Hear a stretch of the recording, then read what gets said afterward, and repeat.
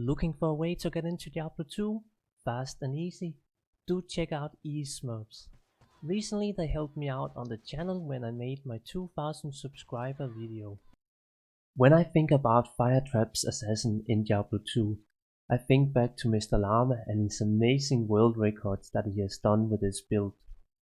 I however do not think about it actually being any good for endgame PvP or even PvM, which I have always been more focused about.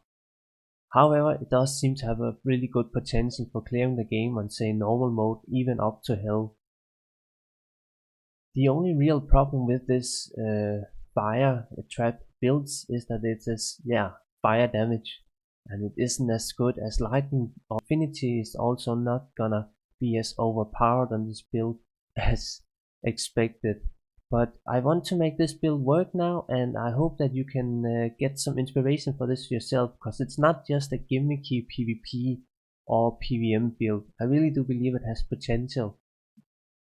Hello everybody, this is Juntes. Today we are going to be taking a look at the Fire Trap Assassin build. I have taken a lot of inspiration for the last matriarch build that I did, which was called a Rift Assassin using the Rift Runework in a War Scepter. Today is going to be kinda like that one, but it's also going to be hopefully a lot shorter than that the old build that I did for the Rift, because I had a lot of things to explain. So again, watch that video if you need to know kinda, quirky mechanics and all that stuff to how the build actually works, because today we're just gonna be skipping that, not giving you raw information like the one I had already done, which was 14 minutes long. So yeah, let's get to the build. So let's quickly show some gameplay and how the build works. Starting with Call to Arms, we're buffing ourselves up, getting our Shadow Master out, Venom, Burst of Speed as the Aura, and then Blade Shield. So it's exactly like the Rift Assassin with the buffs. Then we switch back again. Oh yeah, I should probably also do Call to Arms again for the summons, whatever. And then we switch back. And that's pretty much it. So it plays exactly like the build we already had shown for the Rift Assassin. So doing some fire moons here, no problem. Please look at the survival now and whatnot. I mean, this area here is always kinda lethal. Even if they're fire immunes, things just dies. Of course my Mercy Gen helps a bit as well. But yeah, that's pretty much how the build plays. Now then, let's take a look at stats. Enough strength just to wear your Enigma, which in my case was an Archon plate, and you could probably just go with Mage plate, but it doesn't really matter too much. Just enough strength for your Storm Shield Monarch. Dexterity, nothing into it. Rest of the points into Vitality. You don't really need to consider points into energy, but you can, because again, who needs 4000 life when you're using Dracules and whatnot? It's a bit of an overkill, I suppose. But I will however say that things tend to die pretty fast, just like I talked about in the Rift Assassin build, where sometimes things just dies too fast to Dracules really proc, and then you run into a pack, you're low life, and suddenly you're just like 300 health and you have to run away. So yeah, it is kinda okay with such high health pool. Now, let's just quickly talk about again attack speed. Dragon Talon, I only took up to 18 points this time to get the 4th kick going, so it isn't that much attack rating, but again, Infinity is there to help us out, so it's really fine with just 5000 attack rating. And again, defense is not gonna be that high, because again, we're not gonna use Fortitude or Consider it, whatever, but it's still okay. And then due to, using some pretty high-end items here, good Torch, good Anelius, and some decent small charms, I'm able to nearly cap all resistance. On lower gear levels, such as, perhaps not using such good items such as this circle here with 8 all resistance and whatnot, this belt here as well, whatever, you can probably expect a bit less gear or resistance even, so yeah, do plan ahead for that, because it is kinda hard to cap resistance on this build with using Enigma. Of course, if we're using Chains of Honor, that is also a very good option. Then you are easily gonna cap resistance with even low gear levels. Now then, let's cover the build. As I talked before, I only went to the 4th kick in Drag Talon, aka plus 18 skills. I think after plus killers I get like, yeah, was it 7 or something? Yeah, plus 7, and then it just took enough points to get up to 18 to get the 4th kick. On the Rift Assassin I went up to, I believe it was the 5th kick. So yeah, it's kind of up to yourself how far you go. Like some people only want 2 kicks or even 1 kick, so yeah, do plan ahead for what you kind of feel is best for yourself. And then I tried, Dragon flat out again. It's only for teleporting. So say you're dropping traps, then you hit Dragonflight, boom, you teleport into the pack really fast. But like it's kind of gimmicky and it doesn't really do anything compared to having, yeah, just a faster run walk and whatnot, since I'm using burst of speed all the time. So you can skip this and save 3 points if you want to. Now for Shadow, 1 point into everything. Venom is still crap. It's just not worth it. Like even with Blade Shield, Venom is just not that good. It's okay if you just wanted like more raw damage for whatever reason, but I feel like there are better things to just spend it on. But yeah, burst of speed. Try to get it up to whatever faster one walk makes sense. I just put remaining points into burst of speed at the end because I feel like there wasn't anything else to spend the points on. But it also depends on how high level you get the character to. And then I like Shadow Master, kind of like the Valkyrie on Amazon, so I just get 27 points into this one to make it really strong. It's kind of like a fun helper. And yeah, I think that's pretty much for the Shadow Discipline. Oh yeah, I should mention also that if you're such a high gear level, you probably don't ever need Mind Blast, so you could save 1 point there, or maybe even consider not even having the 2 summons out, so you can save a lot of points on that. And then again, then you could perhaps make like burst of speed for more run walk, venom, etc. That's an option as well if you do not like to deal with summons and so forth. And then let's cover traps. Just get down to Blade Shield. It's 3 points and you might as well. It's pretty sweet. It looks cool as well on the character, so yeah, why not? And then get Fire Blast, Wake of Fire, and Wake of Inferno maxed. Now, let's just cover the traps here, because a lot of people probably wondering, oh, what trap should I use? Just gonna show real fast now what the different traps do. So you can see Wake of Inferno, like it does, I don't know, 3 times as much damage as Wake of Fire, but it's just, yeah, it shoots too slowly and yeah, it's just not better. Wake of Fire is the one we want to use. I mean, it just looks pretty fucking cool for the first time you kind of look at it. Covers the entire screen, very nice visual. So yeah, Wake of Fire. What can I say quickly about this one as well? Bit of a nerdy info here. Do skip ahead if you don't really care for it, but it shoots only 5 times, and there are some mechanics to it that makes it worse than Lightning Sentry. So overall, it's kind of worse. But yeah, I do have like a link in the description below that goes into more details about it. I can't quite remember now as I was talking about it.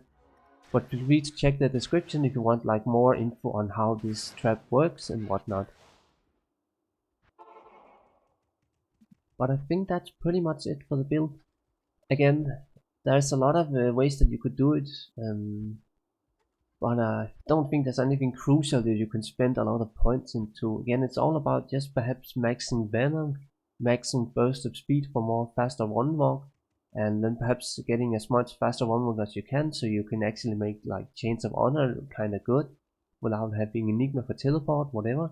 And then maybe like using Dragonflight to skip obstacles and whatnot. Like, yeah, make it work however you like. It's definitely a very optional build. So let's take the gear. First off, the Merchant, or Mercenary, and Darius Visage with an increased attack speed dual, Fortitude, and an Infinity. I like those in a faster base such as a Cryptic Axe or whatever, but just get whatever you can because it doesn't really matter too much. However, quick little note again, Infinity, nice conviction aura, you don't really need attack rating then, you're really just gonna hit everything so nicely. Which is again pretty good for, yeah, I mean, I suppose you could even attempt Ubers for this build. I would say that's a possibility. So yeah, go for it. However, it's not as good as lightning builds, because again, the conviction hour is not gonna break immunities, so yeah, keep that in mind. Now, time for the gear then. They're cool scraps. There's really no other choice than this one, just again because Dragon Tail can actually proc it pretty fast, and like sometimes you can go a few packs without it proccing and you're kinda low health, but as soon as it procs you just get like 2000 life, boom, instantly. It's really nice. Ravenfrost ring and a crafted ring. Now these are just an example of items, but kinda want faster cast rates. I would say that just try to get that 30% faster cast rate. That's kinda enough. So like you could perhaps even go with a faster cast rate amulet with all resist on it or something like that instead of Mara's Kiterscope. So kinda just plan ahead for what amount of faster cast rate you want. If again you're going to be using Enigma, which I prefer to. Also again just because that faster one wall together with burst of speed is really nice. So yeah. But yeah, getting a faster cast rate ring with mana leech is, or some sort of mana leech on a ring is very nice. And then a nice faster hit recovery, open wounds, and free leech belt. You could maybe even go with a crafted belt or um, yeah, a rocks belt or something like that. It doesn't really matter too much. However, if you get a faster hit recovery belt, you should also get one faster hit recovery small time, so you get to 27% faster hit recovery breakpoint. You might as well get those two together. Yeah, what can I say about this build here? Nice stats. Open wounds is always cool. You do have venom going on already, so you don't really need the open wounds that much, but it's still good, especially like PvP or whatever. 15 strength, 49 life, 18 resist. Those are just adds. Doesn't have to be high like this one. This is just an example of a build. You could go with something much lower roll, but the 24% faster hit recovery is pretty nice. And then boots, you should probably just try to get the mirrored goblin toe mirrored boots, the ones that are fully upgraded. They do have better stats than Gore Riders for this particular build, so yeah, consider that. And then Stormlash, yeah, it's not gonna hit so hard, no, it's not like a high enhanced damage weapon or something like that, but it's still amazing for the static proc alone. And due to Shale, we also do not need any really more amount of attack speed. I can't remember if we actually hitting a new attack speed breakpoint together with burst of speed plus the 50% on Shale Stormlash, but 50% increased attack speed is enough for the 8 free kick frame rate for Dragon Talent, so yeah. 300% enhanced damage, lightning damage, crushing blow, lightning assault, it just has everything, you know, it's just really nice, especially for again attempting Ubers if you wanted to do that. And then Enigma for just again faster one round, 2 tall skills, teleport, whatever, and easy strength for equipping your Vonage. And then Storm Shield, yeah, just overall really good survival. You could go with other shields, but I just like this one. If you really wanted to stack a lot of faster cast rate to make it work out better in say PvP, or if you're doing some sort of specific task where you need to teleport around a lot in PvM, you could go with Spirit Monarch. That is definitely also an option. And then again, you could go with a crazy amulet here, plus 2, maybe some faster one walk on it or something exotic like that. But it's kind of up to yourself how much faster cast rate you want and all those sort of things. I just felt like didn't really need more faster cast rate. It was okay with just these two items. And Mars is, it's cheap and it's nice. 30% faster, 30 all resist is good. And then this nice little helm here, a classic PvP helm. I'm just getting 2 Year runes in it. You could also go with 2 bears or even go with 2 imp runes for a lot of plus all resist, which means that you could open up your inventory here, so you don't really need all these small champs here. But yeah, since I have these small champs in a pretty high inventory, I just go with 2 Year runes, cause why not? Year runes are pretty sweet when you have so much vitality. So yeah, I'm gonna say about this one, 30% faster one walk is amazing together with Enigma and burst of speed, faster cast rate, and just a little bit of all resist. Very nice one. And yeah, call time see this in and the spirit. And I think that's pretty much it for the entire gear setup. There are definitely some choices, items that you can switch out depending also again on the budget, since most of these are just test items that I think are pretty okay for the build, so you will try to mimic this sort of gear yourself if you wanted to collect it. So let's see what it can do in the worst scenario possible. Well, pretty much. Fire moons are of course gonna be pretty slow, but let's see if it can perform okay. Now, here at the start, as always, I would like to, have you look at the survival and, yeah, overall just if it can actually time or whatever.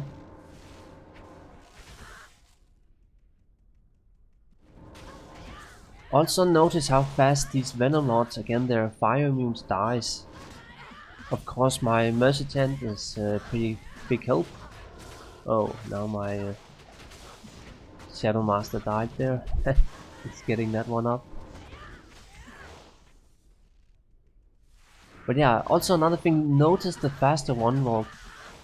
Enigma, yeah, it does a teleport, but at 44% together with the helm and burst of speed is really nice. I love this faster one walk. Like even the Doom Knights are also fire moons, but they still die quite fast, so it's pretty sweet to see.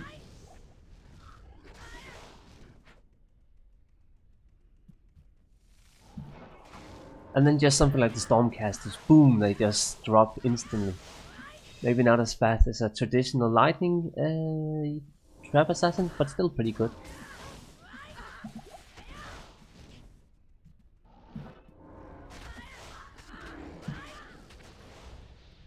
But like if I should compare this one to a build that is also all about fire, my fire druid. If you haven't seen that one, you should check it out, but it definitely cannot do this. Fire immunities, it's just too slow for it. I think I was barely able to clear chaos. But like you see here now, I'm surrounded by mobs and my health just stays up. Of course the cap resistance helps in this regard, but still it's nice to see.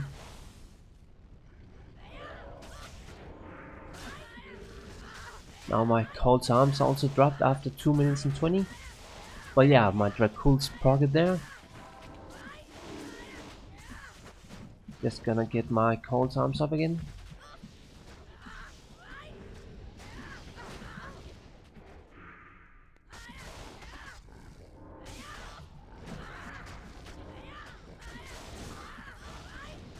It's definitely a lot of clicking for Dragon Talent. Oh, now the seal is lagging. I don't know if you ever experienced this, but like sometimes, I don't know, the seal just lags and you can't click on it. I see that so often. So, Lord Desai is probably the most deadly pack that I can do on this build. But Dracul's Procket, perfect. And it Procket again.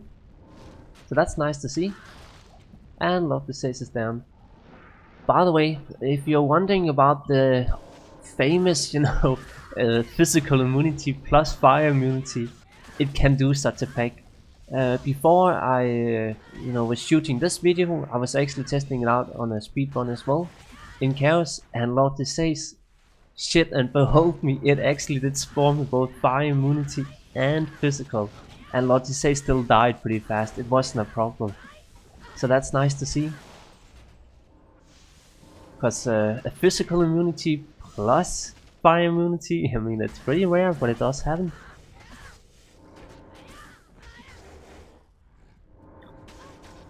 So the last pack. At least my Mercifant and Shadow haven't died yet. Just at the start. Okay, my health did drop quite a bit there. Let's just pick up some potions and teleport quickly to Bale, or Diablo even. So very simple, just place the traps. Now enjoy the show because it's so fiery, it looks very cool. Now the traps only shoot 5 times and I'm not gonna replace the traps. So now they're done shooting and I'm just gonna kick him down. I think that's the best strategy, maybe that's wrong, but yeah, that, you know, this build, if you get a really good map and you get that ball going, maybe you can do carries in under 4 minutes for this build, but I think on average it's gonna take over 4 minutes. Oh, Corpse Mon, this one's kinda cool, I like this one. Level Iron Maiden when struck. This is pretty fun, you know, you can cast Iron Maiden on the mobs that kills you. But yeah, that's pretty much it for this little part. So, some final thoughts on the build. It plays, I would almost say, exactly like the Rift Assassin.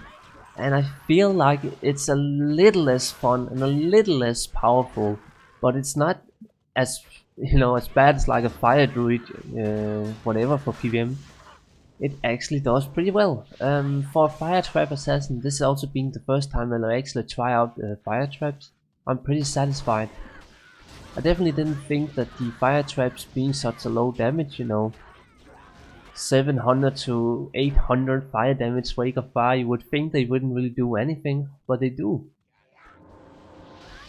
Considering something like Fireball reaching over 20k damage on a sorceress, and it still feel like you sometimes not even one-shot mobs, you would think that the traps are not really performing well enough to be true damage. But like you see this pack here, sure, no fire immunes in this pack, but they just die even from such a average low amount of fire.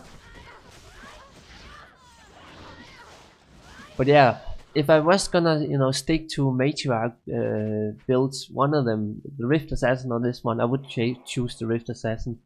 It just feels more fun spamming frozen orbs from a rune word and whatnot. But this build is far from bad.